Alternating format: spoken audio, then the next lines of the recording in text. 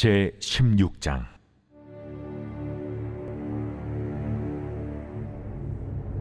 여호와의 말씀이 또 내게 임하여 이르시되, 너는 이 땅에서 아내를 맞이하지 말며 자녀를 두지 말지니라.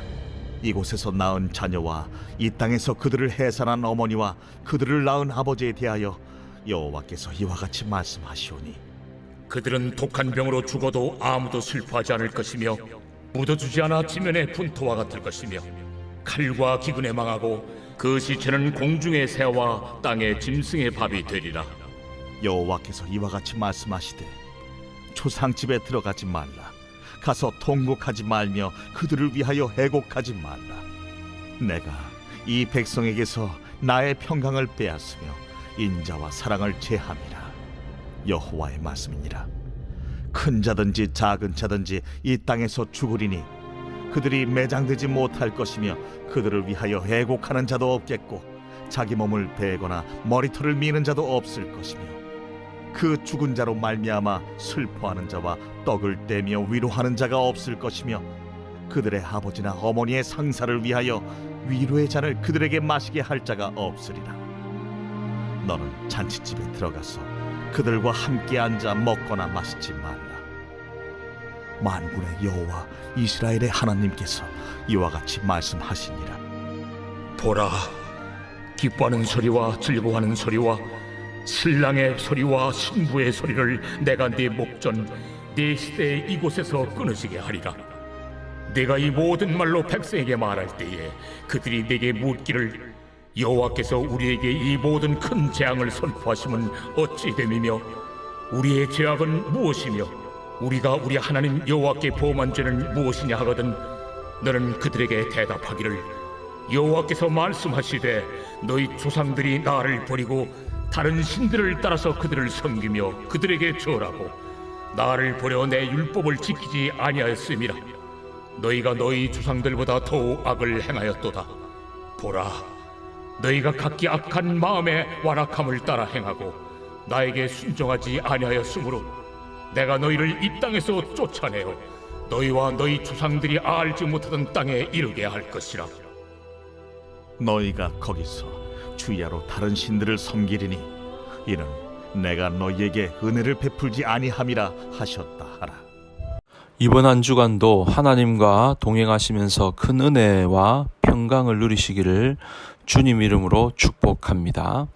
예레미야 16장에 보면 하나님께서 유다 백성들에게 죄에 대한 심판 3가지를 말씀하고 있습니다. 그 중에 오늘 본문에는 2가지가 나옵니다. 첫째, 죄는 일상적인 즐거움을 박탈해 간다는 것입니다. 9절을 보십시오. 만군의 여호와 이스라엘의 하나님께서 이와 같이 말씀하시니라. 보라, 기뻐하는 소리와 즐거워하는 소리와 신랑의 소리와 신부의 소리를 내가 내 목전 내 시대에 이곳에서 끊어지게 하리라. 이처럼 말씀했습니다. 사람들이 기뻐하고 즐거워하고 신랑이 좋아하고 노래하고 신부가 좋아하고 노래하고 그런 소리가 끊어지게 된다 하는 겁니다. 그러니까 일상적인 기쁨과 즐거움은 사라지고 그 대신 고통과 비참함이 임하게 된다는 것입니다. 그러므로 죄는 인간의 일상적인 즐거움을 박탈하는 결과를 가져온다는 것입니다. 예레미야 16장 1절에서 9절 사이에 하나님은 예레미야에게 3가지를 하지 말라고 하십니다. 첫째는 아내를 취하지 말고 자식을 낳지 마라. 그러니까 장가를 가지 말라는 것입니다. 둘째는 상가집에 가서 곡하지 마라. 셋째로는 잔치집에 가서 먹거나 마시지 말라는 것입니다. 큰아버지가 돌아가셔도 가지 말고 작은아버지가 돌아가셔도 가지 말고 또 이웃집이 잔치를 해도 가지 말라는 것입니다. 아버지 생일에도 가지 말고 어머니 생일에도 가지 말고 먹거나 마시지 말라. 장가도 가지 말고 아내도 취하지 말고 애도 낳지 말라. 이렇게 말씀하신 겁니다. 여러분, 이와 같이 장가가고 상가집에 가고 또 잔치에 참여하고 이런 일들이 특별한 일입니까? 아니죠. 인간의 일상사입니다. 그런데 하나님은 이런 일상사 속에서 기뻐하고 즐거워하고 슬퍼하고 동정하는 일이 유대인들에게는 더 이상 일어나지 않게 하겠다고 말씀하신 겁니다. 그러니까 예레미야에게 물어보는 거죠. 예레미야야, 너 나이 몇 살이냐? 40살인데요. 왜 장가 안 가냐? 왜 아이를 안 낳냐?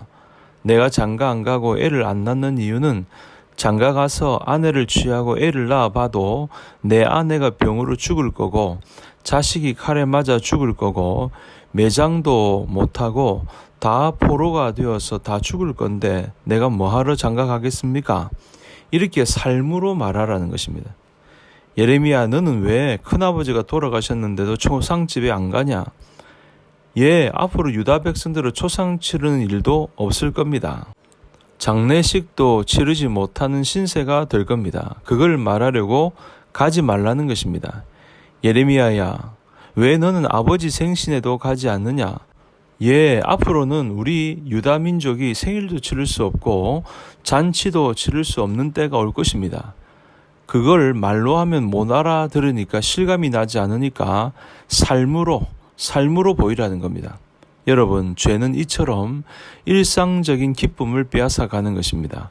한마디로 말하면 살맛을 빼앗아 가는 거죠. 여러분 중에 살맛이 안 나는 분이 계십니까? 죄 때문에 그런 줄 아시기 바랍니다.